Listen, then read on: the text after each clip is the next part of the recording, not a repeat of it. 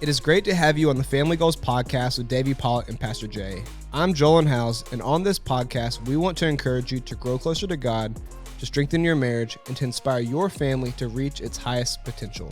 On this episode, we dive into the 5 love languages, starting with physical touch. Here's the conversation. The testimony of Matt and Mary Ellen Smith was, there was not a dry eye in church yesterday. Not in ours either. And I had people text me, even people on staff saying, hey, give us a heads up when we're gonna have a testimony like this, because it was so moving. And the fact that you guys jumped in the car and drove from Athens to Arkansas, because Whit's in your small group, Matt and Mary Ellen are in your small group, and probably need to tell people the story. Why don't you tell them the story? Well, Whit's played with us on the sports teams, and like you just said, he's in our church in a small group, and Nicholas and him and a bunch of buddies meet on Fridays, and they have their own small group, and then their parents are in small group with us on Sundays, and they go to church at Graystone on Sundays. They play basketball or play football with us, play baseball with us, so we're with the family a lot. And Whit and Matt went to Arkansas to hunt, and Whit had a hunting accident where the gun got messed up a little bit with stuck in the ground a little bit. And when it came up, he was going to shoot, and it came up and it shot his foot, and it shot. It wasn't a little shot. Like, it was a significant amount of his foot that was taken off. And it was really scary. And they were in Arkansas, and there's a really good foot doctor there. But man, they've been going through it. And you think about your 14-year-old going through that. It can't be fun. And I was actually talking to Matt a couple weeks before we took that visit to go see him in Arkansas. And man, I got really convicted because I'm sitting there every day, and me and Nicholas and his buddies, and we're on a feeds, and we're praying for Whit, And you probably do a much better job of this too. And again, experience probably has something to do with it. But I didn't think about Matt. I didn't think about Mary Ellen. I don't know. I was just thinking about Whit, and I was thinking about his foot, and man, just all the things that he's going to have to deal with, the rest of his life now in sports, and, his identity and who he is and how this will shape him, and his toes, being able to keep all of his toes. And there's just so many things that went into it. And I was talking to Matt, and Matt was like, so this is 6 surgeries in, they've been there since December something, still there, obviously, into February. And, 6 surgeries or whatever, and all the stuff they've been through. And Matt was like, we had a really good weekend. And I was like, heck yeah. Because, texting him back and forth. I was like, why? He's like, Mary Ellen and Ellie came up. And I was like, okay. So he's going through this with Whit by himself. But so your son's up there. You're in Arkansas by yourself. Like, my rock is my wife. He doesn't even have his wife. He doesn't have his daughter. And he's going through, like, he's with Whit every day, and you don't know what to say. Mm-hmm. You don't know what to do. And it just, man, I was like, crap, I'm not serving him very well. I'm not loving on him very well. But all the kids in the group, they wanted to go see him. We were planning on how we're going to go do it. And so, one of our friends has a big old huge van. And so, like, let's just drive up. And it was, 9 hours or so in a car. And I was just really proud of you got all these 14-year-old kids that it's a Friday. You want to go have fun on a weekend. Nicholas had a basketball game, and we finished the basketball game, and we loaded up in the van, and we drove, through the night, stayed halfway in a hotel. And then, we brought 5 14-year-old kids that kind of, and I don't know how you, like, they gave up their weekend, their Friday, Saturday, mm-hmm. But we drive up there, we get there Saturday morning at 10 a.m. And dude, I mean, if you've seen that video, or if you watched the video, like, there's so much excitement, right? Like, and we're excited, and we're finally there, and the kids are excited. And I'm texting Matt, we come in the front door or whatever, and we come in the front door, and it's just, it is not what I expected. You got this kid who's been through a lot, and he's had to deal with a lot of different surgeries, a lot of different things. And I just expected straight, like, jubilation, like excitement, jacked up, like, my dudes, come on in. And he had the most real reaction ever. And just, like, straight excitement, holy cow, surprise, to crying like crazy. It was just raw emotion. Yeah, and it just shows you, man. It shows you how much it meant to him right away. And like, and the guys that went, we were like, dude, we'd have driven 36 hours for that reaction.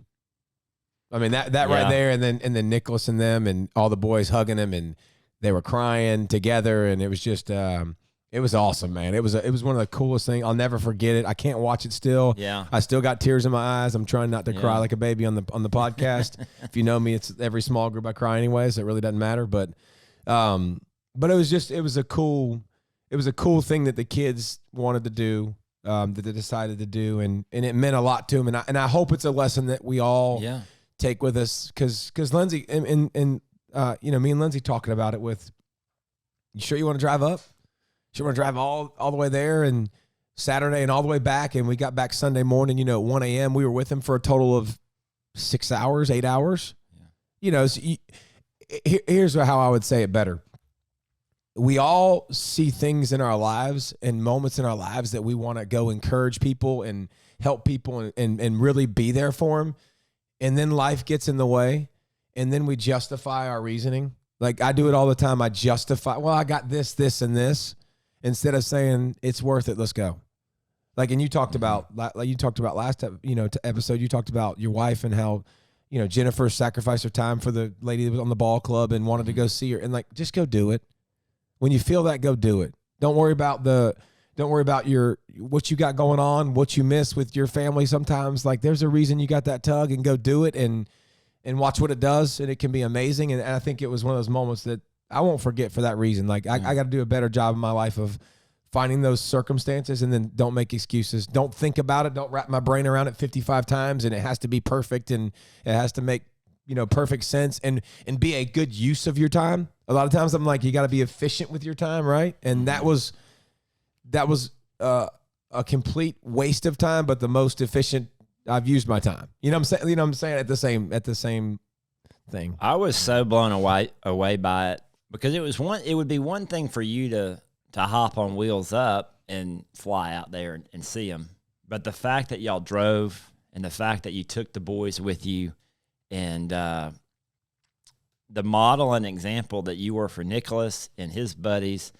and really our whole church. I mean, that's one reason I wanted to show it at church yesterday, is because this is what small group is about. This is what relationships are about. This is what foxhole friends are all about, is showing someone you love them enough to get in the car and drive from Athens to Arkansas. I mean, there's no substitute to communicate. I mean, it's one thing to text and to call, but to just get in the car and go, it just blew me away. And our whole church is moved by it. But I think what you said is, obviously, when Matt was telling you that Mary Ellen and his daughter came out there and it meant a lot to him, God spoke to you in that moment, and you thought, because before you never even thought about it. No. Going out there, but it's like God spoke to you, and you're like, okay, we're going to do this. And it was cool that you kind of rallied the other guys and the other boys. And a couple of guys had already been talking about it anyways. Like, a bunch of our buddies had already been talking about it, and me and a couple of buddies were talking. Like, it's amazing. A lot of people were thinking about it. But here's the cool thing, and then we'll move on, is you say that about small group. And I want to paint a better picture for us, and how, so Mary Ellen and Matt are in our small group, and they're going through it. You know, the Whitakers are in our small group. A lot of these people in our small group, and we've made a very big point to pour in and to go to the Smith's house and take down their Christmas lights, and to provide things for them as much as we can. But why does that happen? And I say this, and this will go even further back, but this is all I know. Josh Clark has us in small group with Megan and a bunch of us that are in our small group now that have peeled off in that small group. Well, who did Josh Clark learn from? Adam Wilson. Adam Wilson's small group at Graystone. Like, he poured into Josh. Josh poured into us, taught us how to do small group, taught us how to go through that stuff. Like, now we're pouring into Mary Ellen. I mean, it's just it's an awesome, and you can go higher with Adam Wilson because you've had him in the church for all those years. But it was just and I told Adam and Jennifer that last night. I was like, at church when we were talking about it, I was like, that video happened because of y'all. Like y'all poured into Josh and Josh poured into us, and now that's just the way it's worked. And because of small groups, we've built a community of people that will rally and do things for each other, and it's awesome. It's cool to see. It's the process of multiplication and discipleship, and that's encouraging to me that you took the time to encourage Adam and Jennifer. Because really they're like, 3 or 4 small groups removed from that, but yet you kind of pulled them in and encouraged them, which is awesome. So they have been with us from the very get-go, and there's been so many people that have been in small group with him and been impacted by them. Oh, yeah. It's amazing. So for those that are listening, y'all can go to our Instagram page and y'all can check out the full video of hearing Mary Ellen's take on it, the video that we showed at church, because it is powerful to see what's reaction, because it is, like you said, it is something like you'll never forget. So be sure to go check that video out right now. If you're a tough guy, I want to see if you cry, because there's a good chance when you see his reaction, even though we've built it up, I mean, it doesn't matter every single time. I watch it in my phone frequently. Like, I just love to go watch it, because it just hits you. But we'll see how tough you are. Take the challenge. See if you can cry. Because there wasn't, like you said, there wasn't a dry. I had to pull it together yesterday. I'd already seen it.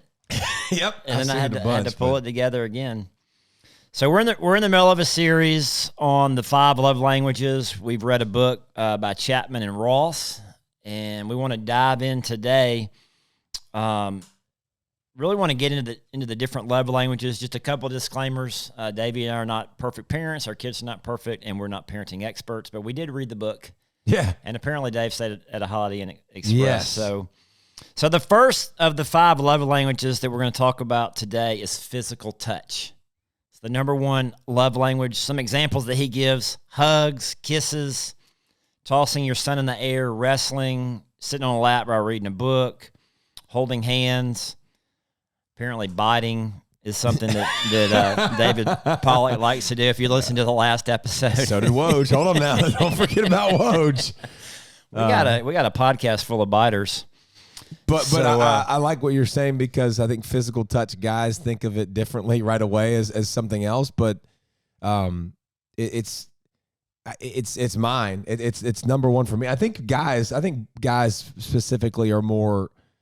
I don't know. I'm not saying more than girls, maybe so. I don't know. And in my experience, like guys, a lot of times physical touch seems to be ours, and definitely was mine growing up. So it's definitely resonates with me. And it says it's the easiest love language to use unconditionally. Yeah. I thought so. You don't have to have an excuse to show physical touch. If words of affirmation aren't your gift and you don't like to talk about it, we'll talk about it later on. Anybody can just put your arm around and hug, right? Yeah. Like anybody can make an effort to hold hands. Anybody can make an effort to run your hands through your daughter's hair. Anybody can do that. It's the 100% the easiest one to accomplish. Yeah.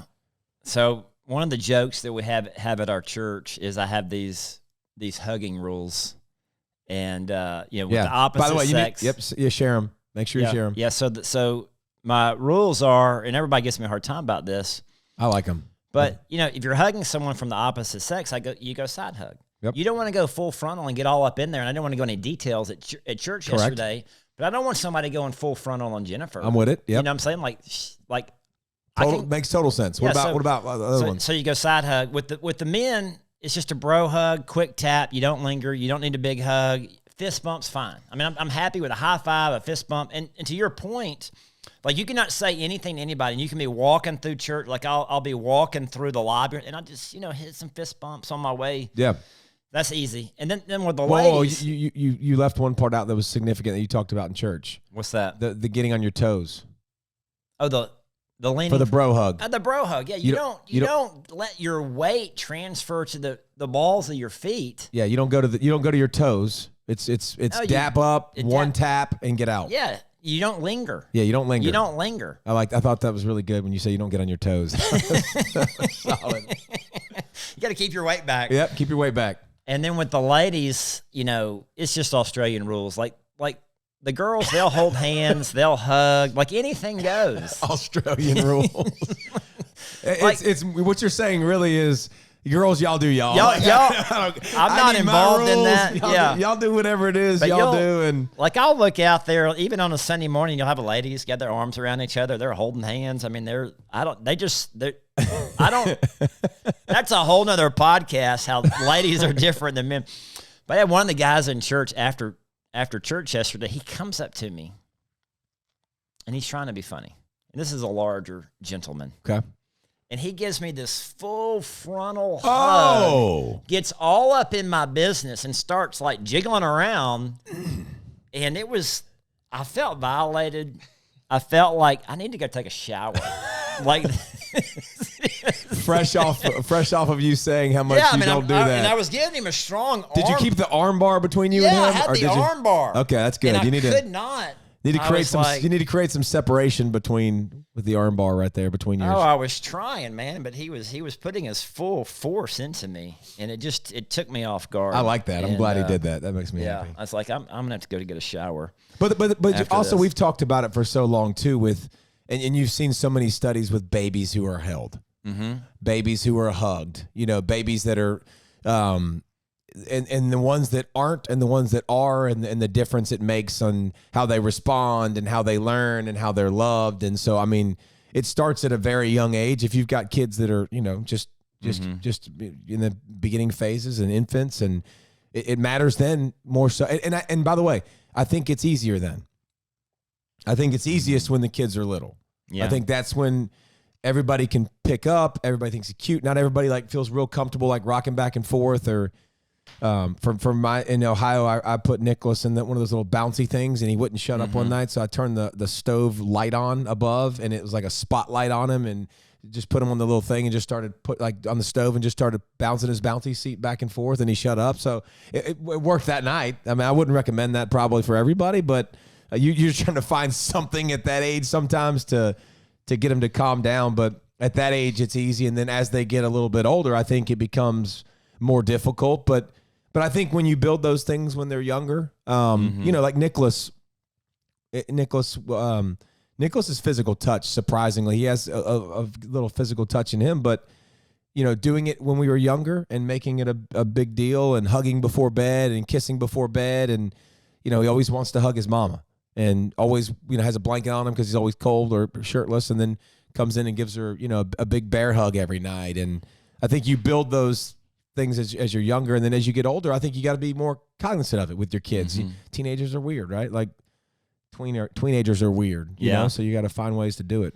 Yeah, he even mentions in the book age appropriate touching, and to your point, he starts off with infants and toddlers and holding, cuddling, hugs, kisses, and then the older they get, to your point, he said that the harder it is. And I can remember being young with when my kids were young, we did a lot of wrestling. Yeah. We did a lot of wrestling. We had a lot of, riding piggyback, and we had all these little games to where I remember with Jessie, I would do different, not hurt her, but like alligator or bear or shark. You're doing all these things, and it's really just creating ways to touch. Yes, it's just physical touch. And he says in the book that parents who keep a child's emotional tank full with the physical touch, they have better self-esteem, and they'll have a healthier sexual identity, which I thought was I highlighted that as well, which was fascinating. And then he goes on to say, and I'm kind of jumping ahead here, but girls will have a healthier self-esteem, sexual identity. They'll actually relate better to boys, and they will have better friendships with girls. I thought that was pretty fascinating. But it's really our job as the dad to be a model and an example for our daughters of what appropriate touching is. Well, and I think to give some examples, not only the hugs, but one thing that this book's made me do more. Just with Leah, because Leah's very, very physical touch. My daughter is. Just come behind and put your hand on their shoulder. It doesn't have to be weird, but just come behind. Like when she's doing her homework, and I just come behind and put my hands on her shoulder and ask her a question, and then maybe rub her back for a second. But it's just I kind of, and I think everybody's heard this before, but like connection points, you make those connection points. And for me, a lot of times it's, am I purposely making connection points with her now? Like, am I finding ways to touch, or if you listen to the last pods, bite, I mean, whatever it is, but finding ways to fulfill those. And as she gets older, obviously they'll be different, but a standard of a hug before somebody goes to school isn't hard. Before you leave the house, like, I think most households probably do this, but hug and I love you. I'm going to play basketball. Love you. Give me a hug. No big deal. Easy to do. Easy habits to create that aren't weird. That aren't strange, aren't different. Yeah, it's interesting as the kids get older and the church changes. But when, like, even Jessie now, she's 14 years old. Sometimes we'll still hold hands, like driving to school. Yeah. And I used to do that with Julia. Then they got to a point, Julia, my daughter's 23 now. She's married. She has another man in her life, and that's a whole nother story. When your daughter, that's several other podcasts, then has another man in her life. But they get to a certain point where, okay, Julia's a little too big to be sitting in Daddy's lap. Yeah, you know what I mean. Or Nicholas is a little too big to sit in Mama's lap. Yeah, he's like 6 inches taller than her. Yeah. So. He is a giant, by the way. Even in the video with Whit, I mean, Nicholas is a big kid. What is he, 6'2"? He's 6 feet ish. Okay, it's very strange. And that's another thing too, like puberty, voice change, like all that stuff is, it's different when you hear somebody talking in the kitchen, like, who's talking about what? Oh, that's my son. Get your hands off my what? Oh, that's my son. Goodness gracious. I came home from work one day, and there was these size 12 shoes in my, the front door. I'm like, who is at the house here? It was Ryan Carrier was visiting Joel, and he was like in the 7th grade, but he wore a size 12 shoe. He was man-child. Man-child. Yeah. Is he one of those kids that didn't grow from that point on, but was enormous as a 12-year-old, or still got bigger? He still got bigger. He still got, he ended up He was playing the tight end at Charlotte. Charlotte. Yeah. Yeah. Yeah, he played college football. All right, now that we got Jolyn talking over here, I want to put you on the spot, Pastor J. Okay. Do you know Jolyn's love language? Jolyn's love language is quality time. Like Jolyn. That's my second. That's is my it not? second. See, what we do here at Family Goals is we bring families together. We're trying to help every family succeed and grow and get better. And right now, we're going to give Pastor Jay, some teachable moments. Yeah, give me. So what? At least I think it's my second. It might be tied. What would you say your first is? What do you think? What would you say? Yeah, I was about to say. This is not. What's the Hold other on, he's got to guess? look at the list. I'm going to say. Be careful. Tread lightly, Pastor Jay. Words of affirmation. Yeah. Ooh, Yeah. nice. Yeah. I mean, Nailed Jolyn, it. Nailed all right, it. that's good. It's good. I was just gonna bite him and figure out if it was physical touch, but Get a fist to the nose. Yeah. Dude. Yeah. Well, Jolyn was always, hey, watch me play my game. Yep. Like video, like it was always spending time, Quality time. quality time. But I guess why would you say words of affirmation? I think especially for you and Mom, it's like y'all can either speak life into me with your words, or y'all can speak death into me with your words. No, serious. That's something Justin would say all the time. But it's like It is biblical. You're quoting Proverbs. The best thing that you could tell me is you're proud of me. And the idea of you or Mom being like disappointed in me, that just completely destroys me. The thought of that. And see, this conversation you're having right now with your dad, first of all, it's easy. It helps you now because you know that. He knows that. But like as y'all get older and as you have a wife, this is why it's important. When you get a wife, your wife needs to know that. Like your wife needs to know when I say these words, that matters. And a lot of times we don't do a good job of telling them that. Like my wife knows, my wife's the only one. Like she's the only one that can like say words that encourage me and that pump me up. I mean, she's got the ability to do that. Nobody else does. I don't give anybody else the right to do that. Like I guess because of, my life and what I do and stuff, like I'm not going to let anybody tear me down at all, but my wife can get in my feelings. She can hurt my feelings. But I think it's important that we got to share that stuff, dude. We got to let people know that will help your dad be a better dad, and that'll help you be a better husband. You be a better wife when you know exactly how your kids feel love. It makes a big difference. Yeah. And I think typically what we how we express love to others is How we feel it. How we feel loved. And so I remember when Jennifer and I were dating, she would write me these handwritten love letters. Ooh, before cell phones, huh? Yeah, we did have cell phones. Did y'all even have beepers? I never had a beeper. No. They may have had those then. No, I don't think they had them back in your day. If it's major, hit my pager. They didn't even have email when we were dating. Golly. So I remember when we were dating, I was in Thailand for the summer as a missionary, and Jennifer was back here. We would have to fax one another our letters. Fax. Wow, that's amazing. Yeah. But she would write me these love letters, and then when we would see each other on the weekend, because we had a long-distance dating relationship, she would, well, did you get my letters? And then she quickly realized that her writing those letters to me was no big deal to me, because I was like, well, they say the same thing every time. But it wasn't my love language. So you're not a words of affirmation person? No, I wasn't. But in her mind, she was loving she's loving me by writing me all these letters. But in my mind, I'm like, well, it's the same. Well, and I think same letter. Everybody can relate to that in some way, shape, or form. Because my wife, anybody who knows my wife, by the way, it's the biggest running joke, and it's the most funny thing I think we do, like as friends, because Lindsay's like, she's not the hugger. She doesn't like to hug, and I used to hug everybody. So she was like, every time you hug somebody, I have to hug them. So I've kind of been like, made myself not a hugger because she doesn't like to hug. And so now it's turned into, with my friends, like, oh, Lindsay's heartless. Like we've taken it all the way down, and it's just really funny. But like I always get up in her business. Like last night, she's in the pantry. I just jump on her, give her a hug, like, throw her arms. I grab her arms and throw her over throw her arms over my shoulder and just grab them. And she's like, hey, yeah. And I was like that's my love language. That's not her love language. Yeah. But learning that as a spouse is obviously critically important too. But this is what we're talking about too with kids, is figuring out what theirs are. So if you just keep pouring out physical touch, and your kid doesn't feel loved that way, then you're not wasting your time. I'm not saying you're wasting your time, but you need to figure out what you need to figure out a better way to use your time.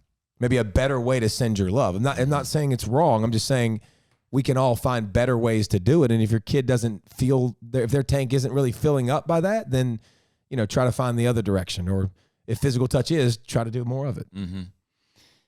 Yeah, so he gets into, even if the kids are getting older, especially the boys, and they're resistant to physical touch, they still need it. So kind of like you were mentioning, kind of getting into middle school or getting into high school, they're kind of a little more resistant to the physical touch. Don't hold back is what it said, right? Like, I think that was cool. Don't hold back. Like, don't. Just because they don't. Yeah, don't worry about it. Don't worry about it. Doesn't mean you can't throw your arms around them harmlessly and find ways to integrate that. I think you can integrate that in a non-evasive way, a way that won't tick them off, a way that you figure out a way that they're okay with. Whether it's just coming in for a side hug. Well, like you were saying, a little pat on the back, or just a little. Run your fingers through their hair, or like just find a way to touch, a cheek, or find a way to do something. I think you can find little ways. Thank you for listening to this week's Family Goals podcast with David Pollack and Pastor J. I believe that it is so important to show appropriate physical touch to a child at a young age. It is crucial to set that example of how someone should feel love and show love through physical touch. So if you know your child feels love through touch, try to find ways to show them that love. Maybe it's through hugs, holding hands, wrestling, cuddling, or even just like a hand on the back or the shoulders while they're doing homework, or maybe they're playing with their toys, just to show them that you love them. Thank you again for listening to the Family Goals podcast, and we'll catch you next week.